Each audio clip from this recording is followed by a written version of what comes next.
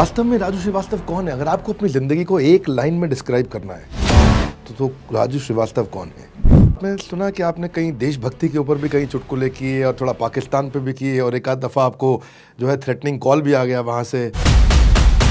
ये मिमिक्री जो करते थे ये कुछ ही खास को इम्प्रेस करने से शुरुआत हुई थी कहीं, या किसको इम्प्रेस करने से शुरुआत हुई? तो राजू श्रीवास्तव जो सबको इतना हंसाते हैं, सबको इतना गुदगुदाते हैं, क्या उन्हें भी कभी गुस्सा आता है?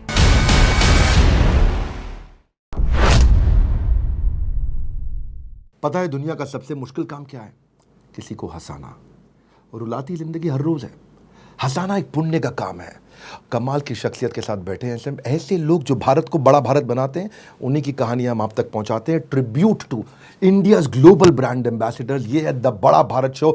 नमस्कार, विवेक बिंद्रा बोल रहा हूं, फाउंडर एंड CEO badabusiness.com। आज मिलने वाले हम राजू श्रीवास्तव जी से, जिन्हें किंग ऑफ कॉमेडी कहा जाता है। सही मायने में पहली बार अगर स्टैंड अप कॉमेडी की शुरुआत किसी ने की है, उसको पॉपुलर बनाया है गांव से शहर तक, शहर से देश तक। इंस्पायर किया है किसको? कपिल शर्मा को, सुनील पाल को, भारती सिंह, सुनील ग्रोवर, ये सब बाद में आए। बहुत अच्छा काम किया।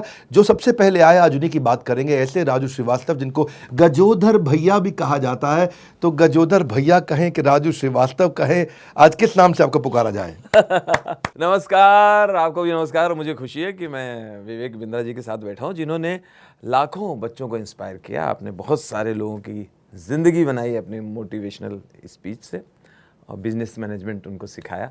तो मुझे खुशी है, आप जहाँ भी देख रहे हैं, चाहे घर पे देख रहे हो या ऑफिस में देख रहे हो, तो मेरी साथ आप भी ताली बजा सकते हैं विवेक बिंद्रा के लिए। और मैं ये कहूँगा कि जिसकी मस्ती जिंदा है उसकी हस्ती जिंदा है, जिसकी मस्ती जिंदा है उसकी हस्ती जिंदा है, वरना वो आदमी जबरदस्ती जिंदा है।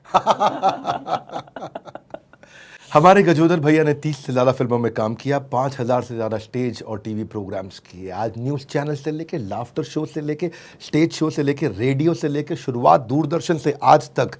अच्छा, आपकी जब शुरुआत हुई थी तो आपने लोगों की नकल उतारने से शुरुआत करी थी? बिल्कुल बिल्कुल, मुझे याद है मैं स्कूल में था, तब तो प्लेटफॉर्म स्कूल ही होता है, तो वहाँ मैं अपने टीचर्स की नकल करता था। तो तब उस समय इसको आर्ट की तरह नहीं देखा जाता था। हम इतने विकसित नहीं हुए थे, इतना कोई स्टैंड अप या ये दुनिया आई नहीं थी कॉमेडी की। तो लोगों को लगा कि मैं अपने गुरुजन की मतलब मजाक उड़ा रहा हूँ, उनका अपमान कर रहा हूँ। लेकिन हमारे प्रिंसिपल साहब थे, उन्होंने बुला के कहा कि नहीं नहीं, अच्छा और बच्चे क्यों नहीं करते? हज़ारों बच्चे पढ़ रहे हैं, यही लड़का सबकी नकल क्यों कर लेता है?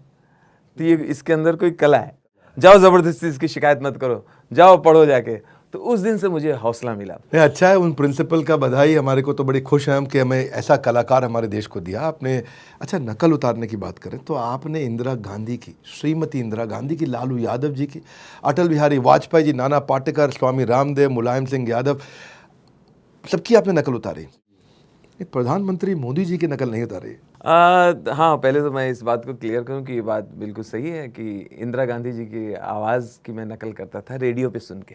तब हमारे घर पे टेलीविज़न नहीं था और इंदिरा जी को मैं कभी मिल भी नहीं पाया। हाँ, राजीव गांधी जी को राजीव गांधी जी के सामने परफॉर्म किया, लालू जी को लालू के सामने, अटल जी के सामने अटल जी की, मुलायम सिंह जी के सामने। एक लाइन को लालू जी की अगर बोले तो कुछ मज़ा आ जाए। अच्छा, उन्होंने मुझे परसों ही फ़ोन किया, ये जोक नहीं है, रियल है। अच्छा, हाँ, दिस नॉट जोक। उन्होंने क्या श्रीवास्तव जी बोल रहे हैं? अच्छा, श्रीवास्तव जी, ये जो आप पेट सफ़ा करते हैं, इसमें कुछ फ़ायदा है क्या? इसे बेचते हैं? तो हमने कहा नहीं नहीं लालू जी, फ़ायदा क्या हुआ? नहीं, वो हमारा पेट गड़बड़ है। तो तेजस्वी बोले कि पेट सफ़ा वो ले लीजिए। तो हम कहा हम पहले श्रीवास्तव जी से पूछेंगे। हाँ, टेलीविजन में उछल के बोलते हैं, हर रोक दफा सही है तो बताइए, फिर हम लेंगे। हमने कहा वो अच्छा ही होगा, लेकिन लालू जी सच्चाई है, मैंने आज तक नहीं लिया। ये नहीं कह रहा हूँ कि प्रोडक्ट ख़राब है, मुझे ज़रूरत ही नहीं पड़ी। तो ये अभी उन्होंने बातचीत की थी। तो मैं सबके सामने सबकी नकल की। मुझे प्रधानमंत्री जी से मिलने का मौका मिला, मोदी जी से। तो मोदी जी के ऑफिस गया तो उनको प्रणाम वगैरह किया। तो फिर मोदी जी बोले कि आप तो सबकी नकल करते हैं और मंत्रियों की, इनकी सबकी खिंचाई करते हैं, मेरी नकल क्यों नहीं करते? मेरे ऊपर कुछ बनाइए। तो मैंने कहा सर थोड़ा बहुत आपके ऊपर भी करता हूँ, हो सकता है आप उतना देख ना पाए हो, आप इतना व्यस्त रहते हैं। तो बोले क्या करते हैं? तो हमने कहा सुनिए। तो जब मैंने उनसे बात की और उन्होंने उसमें जो रिएक्शन दिया मैं आपके सामने रख रहा हूँ। हमने कहा मोदी जी सुनिए मैंने कहा मैंने मोदी जी से पूछा, मोदी जी તમે ગુજરાતી માણસ છો પણ એટલા સરસ हिंदी बोलो છો એમ કેમ? गुजराती हो के इतनी अच्छी हिंदी कैसे बोलते हो? तो मोदी जी बोले, राजू जी मैंने स्टेशन पे चाय बेची है और चाय बेचते बेचते मैं हिंदी सीख गया। हमने कहा उसमें कौन सी बड़ी बात है, दिल्ली में लोग दारू पीते पीते अंग्रेजी सीख गए। फिर मैंने कहा सर आप पिछले दिनों लखनऊ आए थे, दशहरे के मौके पे लखनऊ आए थे, तो 5 लाख आदमी एक साथ आपसे कह रहा था मोदी मोदी मोदी मोदी। इसी भीड़ में एक 5 साल का बच्चा, छोटा सा बच्चा, मोदी मोदी मोदी मोदी मोदी मोदी मोदी। मैंने कहा उसकी माता जी से कहा कि भाभी जी इससे कहते हैं क्रेज। देखिए 5 साल का बच्चा भी मोदी मोदी कर रहा है। वो बोले भैया जबरदस्ती बात मत करो, चिढ़ाओ नहीं, ध्यान से सुनो। वो कह रहा गोदी तुमको लेना पड़े तो पता चले 27 किलो का है। इसके साथ जो पैदा हुए थे सब लंबे हो गए, ये खा खा के गमला हुआ जा रहा है। फिर मैंने कहा कि पिछले दिनों मोदी जी मैं पुष्कर मेले में गया था, तो एक तंबू से आवाज आ रही थी मेले में, आइए आइए बहन जी, आइए भाई साहब, 100 रुपए में प्रधानमंत्री बनिए, ए बहन जी, ए भाई साहब आइए 100 रुपए में प्रधानमंत्री बनिए, आइए बहन जी, आइए बहन जी। मैंने कहा मैं सर 100 रुपए दिया, अंदर गया, कमीना मेरे से चाय बनवा रहा था। तो मोदी जी बोले, जोर से हंसे, हंसे के बाद बोले कि राजू जी पहली सीढ़ी तो यही है। लेकिन ये बात सच है कि प्रधानमंत्री मोदी जब उन्होंने स्वच्छ भारत अभियान शुरू किया तो अपने 9 नवरत्नों को चुना, जिनमें से आपका उन्होंने नाम दिया। जान की खुशी हुई। पर ये मिमिक्री जो करते थे, ये कुछ ही खास को इम्प्रेस करने से शुरुआत हुई थी कहीं, या किसको इम्प्रेस करने से शुरुआत हुई? नहीं, उस वक्त इम्प्रेस का तो नहीं पता था। टीचर की नकल की, कहीं क्रिकेट कमेंट्री करने जाते थे। मुझे क्रिकेट खेलने से ज़्यादा कमेंट्री में इंटरेस्ट था। तो स्कूटर से आते थे लोग, हाँ राजू राजू आ जाओ बैठ जाओ, कहाँ है, फलानी जगह मैच है। तो जो मोहल्ले के मैच होते थे उसमें मैं कमेंट्री करता था, मुझे माइक दे देते थे, तो मैं माइक लेके, तो बात अब समझ में आया कि मुझे क्यों ले जाते थे। एक्चुअली मैं एक्चुअल कमेंट्री नहीं करता था, वहाँ जो प्लेयर खेल रहा है उसके अंदर की बातें सब मुझे पता थी, ये कहाँ रहता है, क्या काम करता है, वो सब मैं कमेंट्री में मिक्स कर देता था। हाँ, अगली गेंद बहुत अच्छी गेंद, संतोष ने ड्राइव किया और बहुत अच्छा, विनोद उसके पीछे बहुत अच्छा भाग रहे हैं, कल कॉलेज से भी भाग गए थे, पढ़ाई में भी नहीं आए थे, और एक बार फिर से बॉलिंग करने के लिए सुरेश तैयार। सुरेश इस साल कक्षा 8 में खेल रहे, कक्षा 8 में पढ़ रहे हैं। इनके माताजी ने कह दिया है कि इस साल अच्छे नंबर आए तो ठीक है, वरना कॉलेज छोड़ा दिया जाएगा। फिर इसके बाद ये जो है दुकान में बैठेंगे। और पिछली बारी गणित में फेल हुए थे और हिस्ट्री भी इनकी अच्छी नहीं है, और आज ही इनको धूप में बाहर खड़ा किया गया था। अच्छी गेंद, ये गेंद बहुत अच्छी गेंद, फिर से ड्राइव किया। अब अच्छा खेल तो रहे हैं, लेकिन इनकी माताजी ने कहा है कि शाम होने से पहले घर लौट आना, तो अब अंधेरा धीरे धीरे हो रहा है, इनको ये भी टेंशन है। तो जो उसके घर की बातें थी मैं उसमें मिक्स कर देता था। लेकिन ये बात याद है, आप जो कह रहे हैं कि इम्प्रेस वाली बात, मैं एक थी कानपुर में, पड़ोस में थी, अब कहें कैसे, इजहार कैसे करें। आजकल की तरह व्हाट्सएप वगैरह थोड़ी था कि मैसेज डाल दो, कुछ और कर दो, हैं।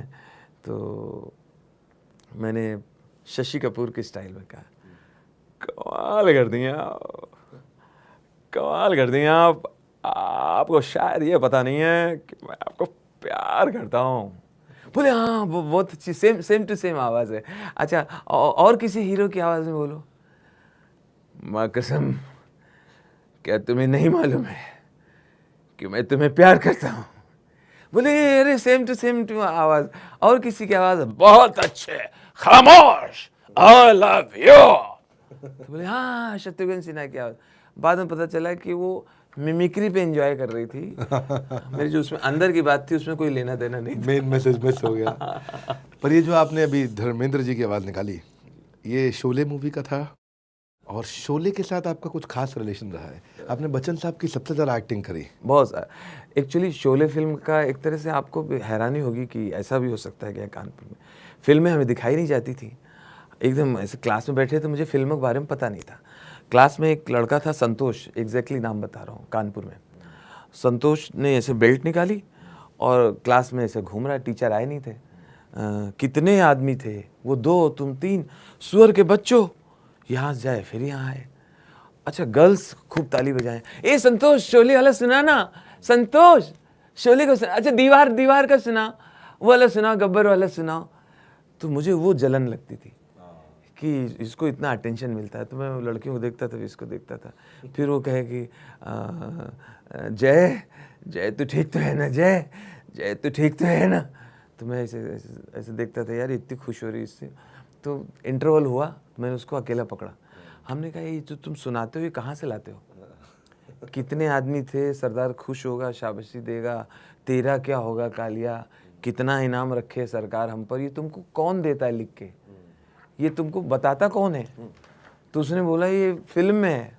हमने कहा फिल्म क्या चीज़? बोले वो सिनेमा हॉल होता है, उसके अंदर टिकट लेके जाते हैं और वहाँ देखते हैं। तो हमने कहा ये कहाँ पे होता है? तो बोले तुम जब स्कूल आते हो एक रास्ते में बड़ी सी बिल्डिंग नहीं पड़ती है? तो हमने कहा कोल्ड स्टोरेज है वो। तो बोले कोल्ड स्टोरेज नहीं है, जिसमें बाहर खूब साइकिलें खड़ी हैं, वहाँ मिलता है ये। तो हमने कहा अच्छा कोई भी देख सकता है क्या? क्योंकि मुझे ध्यान आ रहा था वो लड़की इतना इम्प्रेस हो रही थी उससे। हमने कोई भी देख सकता है क्या? तो बोले हाँ कोई भी देख सकता है। तो ₹1.80 की टिकट थी।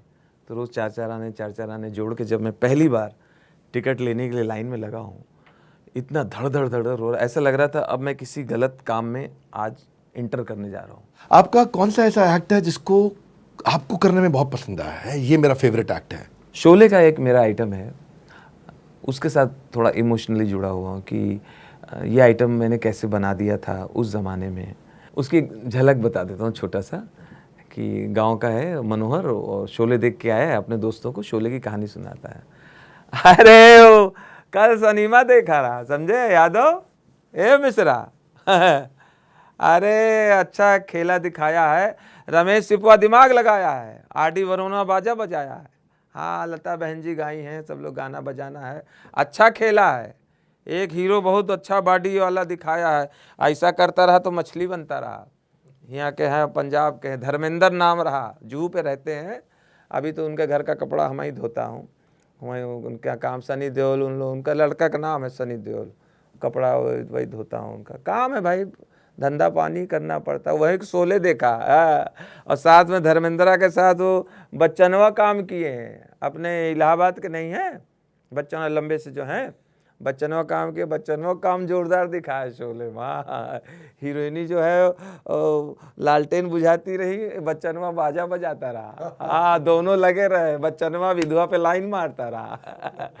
और जो हीरोइनी जोरदार दिखाया है, हीरोइनी समझे मिश्रा, शोले में हीरोइनी जोरदार है, बसंती नाम धरे रही है, तांगा चलाती रही है।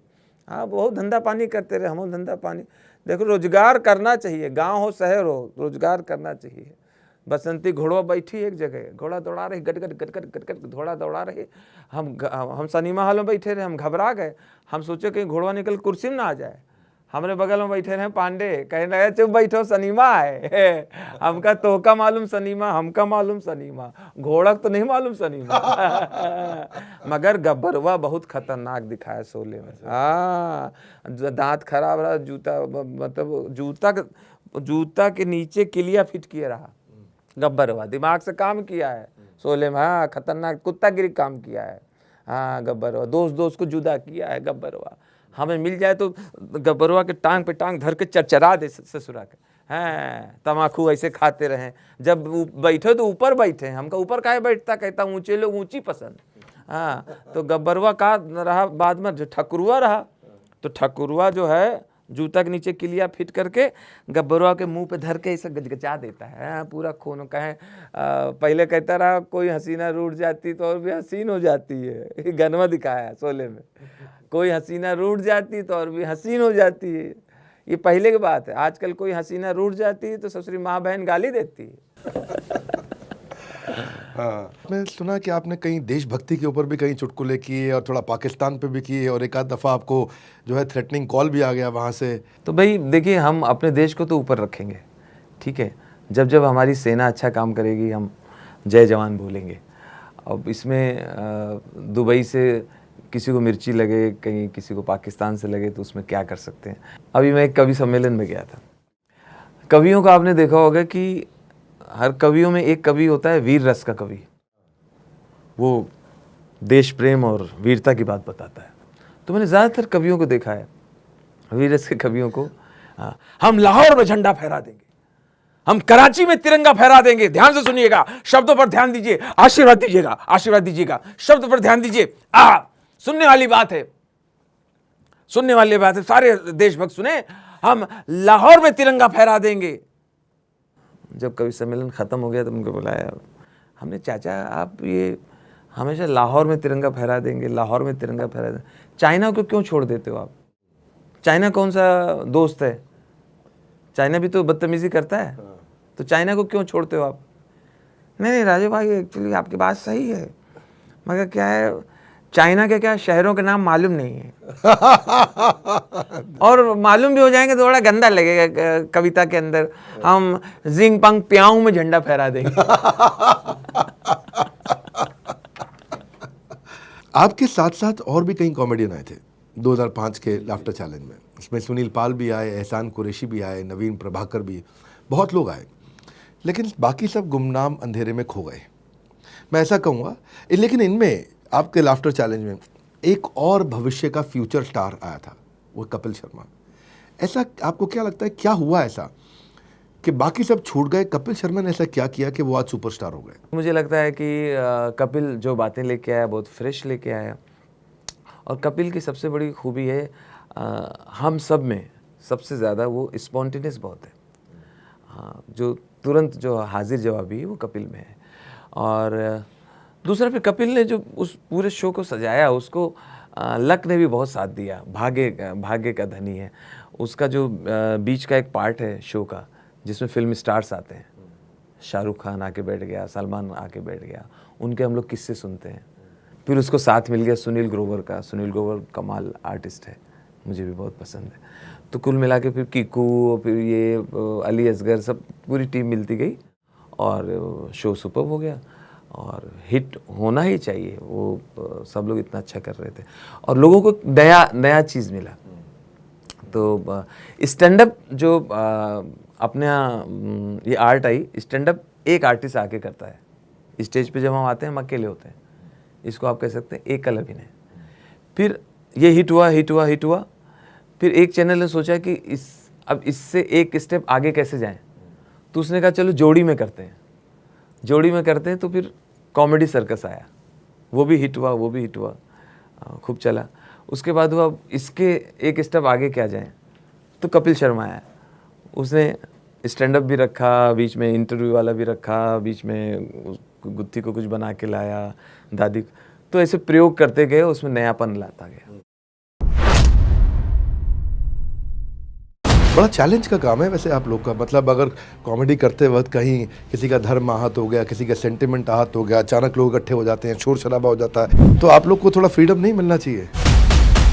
वास्तव में राजू श्रीवास्तव कौन है? अगर आपको अपनी ज़िंदगी को एक लाइन में डिस्क्राइब करना है तो राजू श्रीवास्तव कौन है? क्या आपने कभी किसी और का कंटेंट चुरा करके सुनाया है? वो राजू श्रीवास्तव जो पूरी दुनिया को हंसाता है, क्या उसे भी किसी बात का दुख सताता है?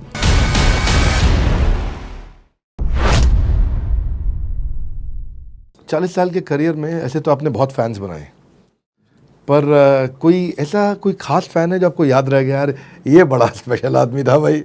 अरे कई हैं, तो बड़ा अच्छा लगता है कभी कभी उनसे मिल के। मुझे याद है हमारा प्रोग्राम था इलाहाबाद में, जो प्रयागराज है, तो शो की तैयारी कर रहे थे। तभी मैंने देखा सड़क के उस पार से एक बंदा अरे राजू भैया, अरे पहचाने पहचाने। हमने ऐसे देखा कौन है यार ये ऐसे कर, अरे गुरु पहचाने, अरे राजू भैया पहचाने। तो हमारे बगल में वो इंस्पेक्टर साहब खड़े थे, तो बोले अरे मिल लीजिए, परेशान है बहुत देर से, मिल लीजिए, बहुत देर से चिल्ला रहा है, मिल लीजिए। तुमने आओ इधर, पहचाने। हमने कहा नहीं। अरे आज से 3 साल पहले तुम्हारे यहाँ प्रोग्राम रहा त्रिवेणी में। हमने कहा हाँ 3 साल पहले हम आए थे। अरे आपकी जैकेट चोरी हो गई रही। हमने हाँ हाँ, तो पहचाने। तो हमने कहा तुमने चुराई थी। अरे चुराई ना कहो यार, चोर काहे कह रहे हो, हम तो एक निशानी समझ के ले गए थे, सोविनियर घर में टांगे हैं। हाँ ड्राइंग रूम में जो आता है उसको दिखाते हैं, राजू श्रीवास्तव की है। तो राजू श्रीवास्तव जो सबको इतना हंसाते हैं, सबको इतना गुदगुदाते हैं, क्या उन्हें भी कभी गुस्सा आता है? अब देखिए, जैसे कि एक बार मैं जयपुर लैंड हुआ, एयरपोर्ट पे उतरा, तो मुझे जो गाड़ी लेने आई थी तो मोबाइल पे देख लिया, वो नंबर देखा, हाँ सेम नंबर है। तो मैं गया तो ड्राइवर उतरा ही नहीं, वो गाड़ी में बैठा हुआ है, हेडफोन लगाया हुआ है, कुछ म्यूज़िक सुन रहा है। खैर मैंने देखा कि नंबर वही है, तो मैंने दरवाज़ा खोला, बैठ गया। बैठा, वो इतना ऑटोमेटिक वो चल पड़ा, कुछ हाय हेलो नहीं, कुछ नमस्ते नहीं, कुछ नहीं। हमने कहा चलो भाई ठीक है, ड्यूटी पे ध्यान है इसका, दस ओके। गाड़ी जा रही करीब 10-12 किलोमीटर गई, 10-12 किलोमीटर गई होगी। फिर उसने अंदर मिरर से मुझे देखा। अरे भाई साहब आप यहाँ क्या कर रहे हो? अरे आप कहाँ से आ गए? हमने कहा भाई सामने देखो, सामने देखो, सामने देखो। नहीं आप हमारी गाड़ी में कैसे आ गए? हमने कहा भाई हम भी इंसान हैं, आप हम ही को लेने आए। अरे मेरे को तो बताया नहीं। अच्छा अच्छा अच्छा भाई साहब आपका वो तो बड़ा अच्छा था वो वाला। हमने कहा भाई सामने देख के चलाते रहो, चलाते रहो। अच्छा अच्छा, बगैर मेरे से परमिशन लिए उसने कब मोबाइल लिया, मोबाइल यहाँ रख के, गर्दन टेढ़ी हो गई उसकी, गर्दन। हाँ सुन, हाँ तो चाय रेडी कर, मैं लेके आ रहा हूँ। अरे वो कॉमेडी नहीं करता है, अरे वो जो आता है, अरे गजोदर जो है, हाँ मेरी गाड़ी में है, हाँ मैं लेके आ रहा हूँ, चाय रेडी कर, हाँ रेडी कर। हमने कहा हेलो, अरे मेरे से पूछो ना कहाँ जा रहे हो, मैं क्या किडनैप हो गया होगा तुम्हारी गाड़ी में? मतलब तुम जहाँ चाहोगे तुम अपने घर ले जाओगे, दादाजी के यहाँ ले जाओ, चाहे सब जगह जाऊँगा क्या मैं? मेरा वहाँ कार्यक्रम है, इवेंट है, वहाँ पहुँचना है। नहीं भाई साहब आप रास्ते में चाय तो पियोगे ही, चाय तो अब ढाबे की चाय बेकार है, घर की पी लो, ऑन द वे ही है, उल्टा नहीं। हाँ सुनो रेडी कर, तू रेडी कर, दूध वाली बनाते हैं ये। अरे मैंने कहा मेरी बात सुनो यार, भाई ये थोड़ी कि मैं जिसकी गाड़ी में बैठता हूँ पहले उसके घर जाता हूँ, उस ड्राइवर के घर जाता हूँ। खैर मैंने कहा भाई चला तो यही रहा है, इसको नाराज़ मत करो, ये कहीं भी गाड़ी भेड़ दे। बोले कर लो, यहीं शो कर लो, कॉमेडी कर लो इधर ही। हमने डरते थे कहा अच्छा चल रहे हैं भाई, ज़्यादा टाइम नहीं लगा ना, क्योंकि मुझे वहाँ पहुँचना है, बीकानेर पहुँचना है। तो ले गया। हमने कहा कमाल है यार, हमसे पूछ भी नहीं रहे हो, तुम्हारे घर जाना है मुझे, अभी तुमसे मेरा परिचय तो हुआ नहीं है। खैर उसके घर गए तो उसकी वाइफ है, खम्मा घड़ी राम राम सा, पधारो। तने टेलीविजन में बहुत देखियो, जिंदा आज पहली बार देखा। हमने कहा अच्छा भाई, तो आप पहली बार आए हो हमारे घर में पहली बार कोई कलाकार आया हो, तो कुछ तो खा लो, देखो गरीब का घर है, कुछ तो खाना पड़ेगा। हमने कहा अच्छा कुछ ले लेंगे क्या? ब्रेड है, ब्रेड में शहद लगा के दे दूं, हनी बोलो, आप लोग हनी बोलो, शहद लगा के दे दूं ब्रेड में। हमने खबरदार मुझे शहद दिया। शहद आपको पता है मधुमक्खी का जूठा होता है, मधुमक्खी के मुंह से निकलता है। मैं मुंह से निकली चीज़ नहीं खाता हूँ। मुंह से निकली चीज़ नहीं खाते हो आप, तो फिर अंडा बना दूं?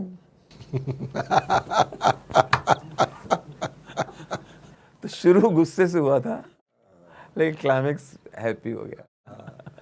वैसे ये मेरी आपसे दूसरी मुलाकात है, पहली मुलाकात हुई थी जब मैंने I am oxygen man campaign किया था। यस मैं भी आया था आपके साथ उसमें। हमने विवेक ओबरॉय, कैलाश खेर और बड़ा बिजनेस और इस्कॉन के साथ मिलके हमने हॉस्पिटल बनाया था ऑक्सीजन का, कई गरीबों के लिए हमने काम किया था। नहीं आपने कोरोना टाइम बहुत हेल्प किया लोगों की। बड़ा चैलेंज का काम है वैसे आप लोग का, मतलब अगर कॉमेडी करते वक्त कहीं किसी का धर्म आहत हो गया, किसी का सेंटिमेंट आहत हो गया, अचानक लोग इकट्ठे हो जाते हैं, शोर शराबा हो जाता है, ट्विटर ट्रेंडिंग हो जाता है, तो आप लोग को थोड़ा फ्रीडम नहीं मिलना चाहिए? अभी जैसे एक जोक मैंने बनाया है, अब इसमें एक शब्द ऐसा आ रहा है तो मैं सोच रहा हूँ कि इसको कैसे करूँ, एडिट करूँ या ना करूँ। फिर मुझे लगता है कि नहीं, ज़्यादा ऑफेंसिव तो नहीं है, ये किया जा सकता है। मैं आपको सुना देता हूँ कि एक दिन एक बंदा सो के उठा, जैसे आँख खुली तो सामने यमराज। मैं यमराज तुझे लेने आया हूँ। कौन है भाई, का मजाक क्यों कर रहे हो? कौन नाटक कंपनी से आए हो यार, सिंग विंग लगा के आ गए ड्रामा कंपनी से, कौन हो? मैं यमराज। अरे नॉर्मल बात करो यार, इतना चिल्ला क्यों रहे हो? हाँ पास ही तो खड़े हो, तो मैं सुन तो रहा हूँ, तो क्या चक्कर, क्या प्रॉब्लम है? मेरे पास उन लोगों की लिस्ट है जिनका समय पूरा हो गया है, मैं तुझे लेने आया हूँ।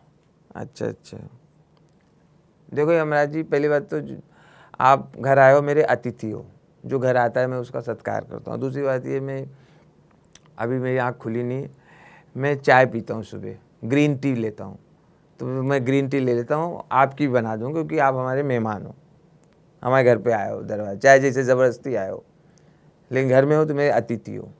2 ग्रीन टी बनाता हूँ बढ़िया। यार ठीक है।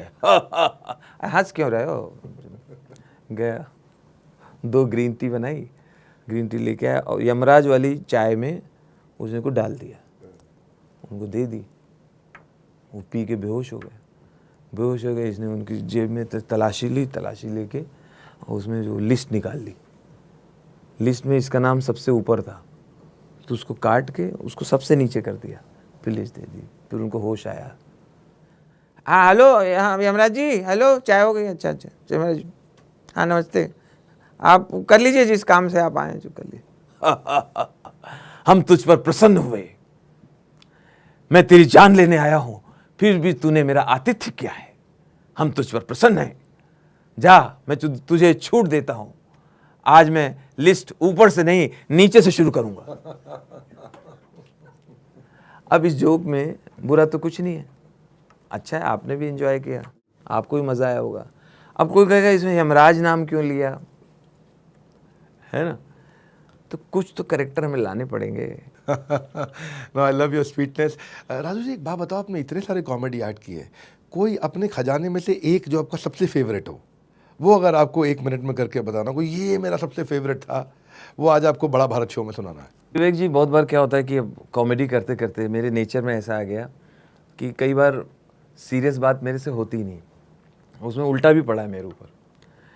अब मेरे मामा जी मुझे सिंपली बता रहे थे, बीमार थे, तो बोले कि अरे डायग्नोसिस नहीं हो रहा है, एक्सरे कराया, एक्सरे में कुछ नहीं निकला, और ईसीजी पीसीजी हुआ, वो उसमें नहीं निकला, ब्लड टेस्ट कर डाले हैं, उसमें भी कुछ नहीं निकला। तो मेरे मुंह से निकल गया, मामा जी इतना सब कराया तो एक पोस्टमार्टम भी करा के देख लीजिए।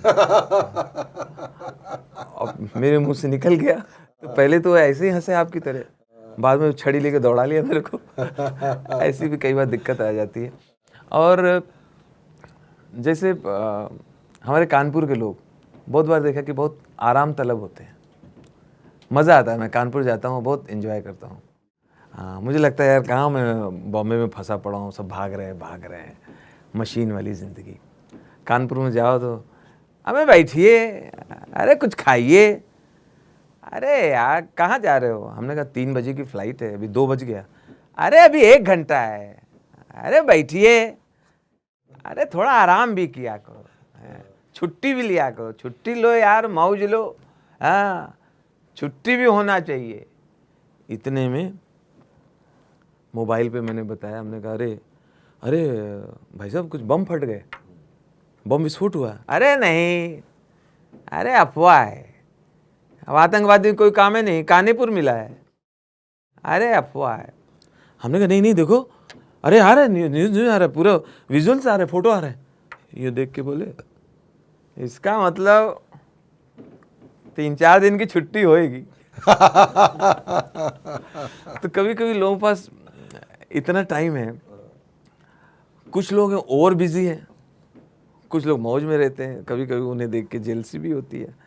एक बुढ़ी आंटी को, एक ओल्ड लेडी को मैंने देखा पार्क के किनारे रो रही है। तो हमने कहा माता जी क्यों रो रही है? नहीं बस ऐसे बच्चा ऐसे बैठी। हमने क्या हुआ, क्यों रो रही है अम्मा, क्यों रो? अरे बस ऐसे भैया ऐसे है। बताओ क्या बात है माता जी, क्या बात है?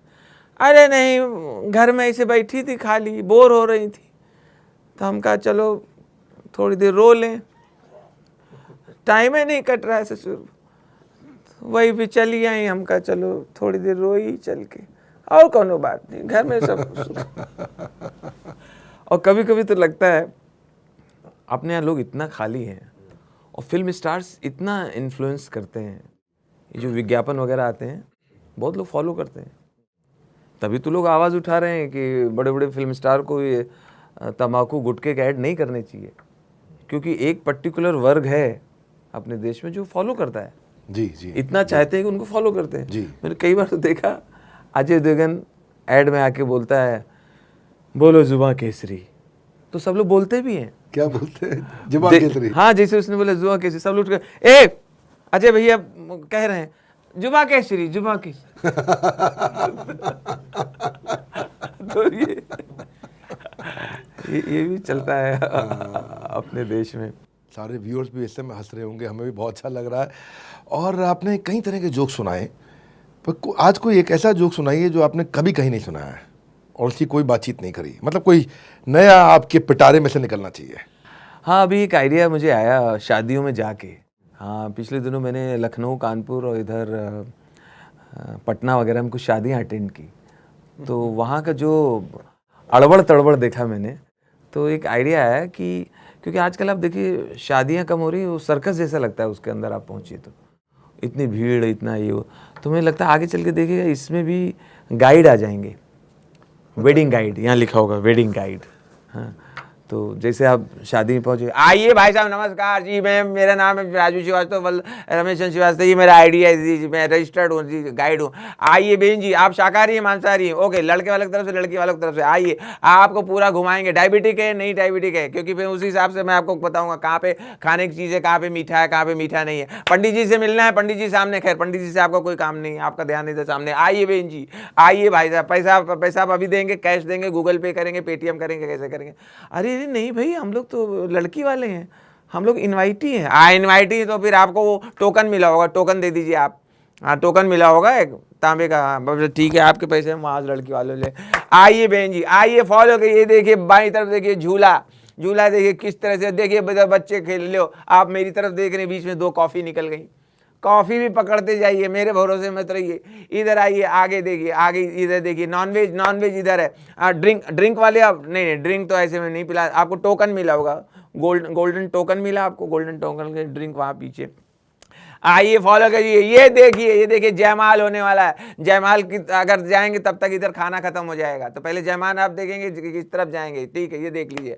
आइए बहन जी, आइए भाई साहब, आगे बढ़ते जाइए, आगे लो। आप मेरी तरफ देख रहे हो, बीच में कोई रायता गिरा के चला गया आपके ऊपर, आपका जूता सफ़ेद हो गया, कोई बात नहीं, आगे बढ़िए, इधर आ जाइए। ये देखिए दुल्हन की सहेलियां आ गई। अब देखिए लड़के छेड़छाड़ी करेंगे। हाँ, अब बाराती लोग छेड़छाड़ी, दुल्हन की देखिए ब्यूटी पार्लर से आई है, ये ब्यूटी पार्लर, ये देखिए ये दुल्हन है, ये देखिए ये दूल्हे का भाई देखिए घूम रहा है। आइए बहन जी, आइए भाई साहब। हमने आगे चल के शायद राजू श्रीवास्तव जी, आप वैसे कहते हैं कि कानपुरिया हैं, अब आप मुंबईया हैं, तो वास्तव में राजू श्रीवास्तव कौन है? अगर आपको अपनी ज़िंदगी को एक लाइन में डिस्क्राइब करना है तो राजू श्रीवास्तव कौन है? गम सबके पास है, गम छुपाते रहो, मुस्कराते रहो। ऐसा नहीं कि सिर्फ आप ही परेशान हैं। आप बाहर झांक के देखेंगे, जब अपने से ज़्यादा परेशान आदमी को देखेंगे, गरीब आदमी को देखेंगे, तब आपको लगेगा कि आप बहुत अच्छे हैं। इसलिए आप ये मान के चलिए आप अच्छे ही हैं। और मेरा तो एक ही नारा है, एक ही स्लोगन है, जिसकी मस्ती जिंदा है समझो उसकी हस्ती जिंदा है, जिसकी मस्ती जिंदा है समझो उसकी हस्ती जिंदा है, नहीं तो वो आदमी जबरदस्ती जिंदा है। फैंटास्टिक। राजू भैया का भी एक ही मजहब है, लोगों को हंसना और हंसाना, चाहे वो फिल्मों में हो, टेलीविजन में हो, सोशल मीडिया पर। और इनके इसी जज्बे को पूरा भारत सलाम करता है। यही है द बड़ा भारत शो। नीचे कमेंट बॉक्स में आप बताइए राजू जी की कौन सी बात आपको सबसे ज़्यादा अच्छी लगी, उनका कौन सा कॉमेडी एक्ट आपको अच्छा लगा।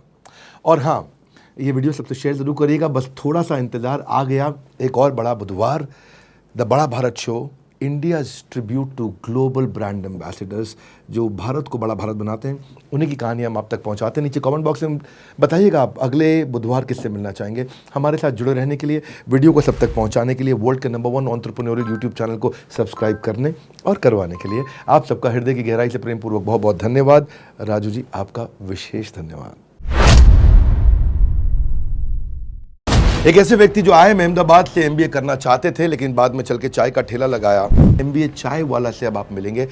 क्या आपको लगता है कभी कि एमबीए किया होता और कर लिया होता तो शायद आप ज़्यादा अच्छा बिजनेस करते? तो आपने एक कदम लिया, अपना ठेला लगाया, पर आपको पता था कि ये ठेला पहाड़ बन जाएगा। आपने एमबीए परस्यू क्यों नहीं किया? क्योंकि एंटरप्रेन्योर बनना था या लग रहा था कि मेरे बस की नहीं है?